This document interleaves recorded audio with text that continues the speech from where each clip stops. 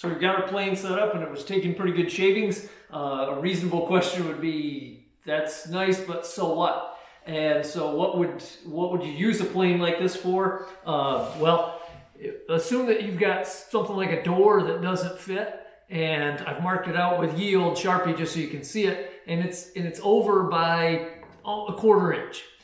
That's probably a very hard sawing job if the board is any longer than this, and to do it with any precision, that's kind of a difficult thing to take off a very small amount with a handsaw.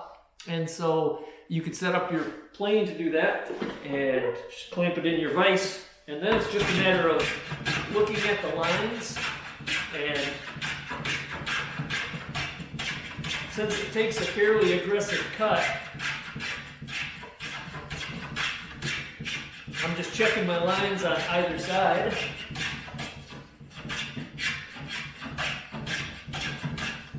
And we're not quite there, but we're almost there on both sides, and we can do it with quite a bit of precision and not that much effort. Another thing you can do with them, say you've got a molding in your house that you just need a little bit of it replaced, and it needs a bevel on it, but the bevel is not a standard 45-degree bevel where you could buy a router bit, but a router bit would cost you $30 or $40, plus then you'd have to spend $30 or $40 to run just a few feet of molding. And so you just mark off, and see, I've done a non-standard size bevel, small amount here, 1/4 inch, 3/8 of an inch on this side. You just set that up, mark it out, and then tip your plane to the side, watch the lines.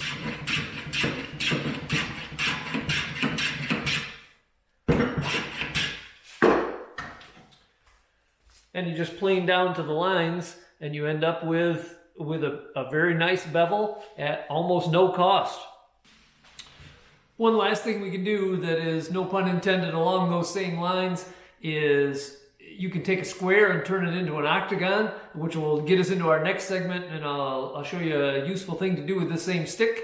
And so all I did was marked off one of the bevels of an octagon on here, and you just set it up, put it into your vise, and then it's just a matter of watching the lines as you plane down to those lines. And as you get going, the first few shavings are very thin, but once it gets going, it keeps expanding that out. And I won't bore you by watching the whole thing, but I've had my high school students, and without ever having run a hand plane before, in the first 10 minutes that they do it, they've turned out legs for a stool that are just as good as the ones I can make. And so you can see it leaves a nice surface. It's ready to finish. And at the moment that you get down to those lines, you're done. I guess while I'm here, I should talk about one technique thing.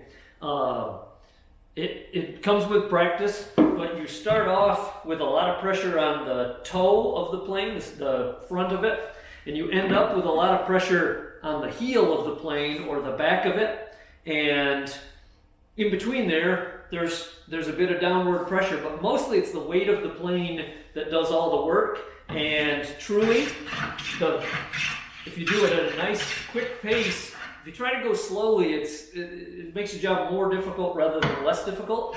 And so just sort of plane as if you're planing right off the end of the board.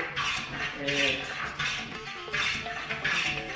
after a while, you get right into a rhythm.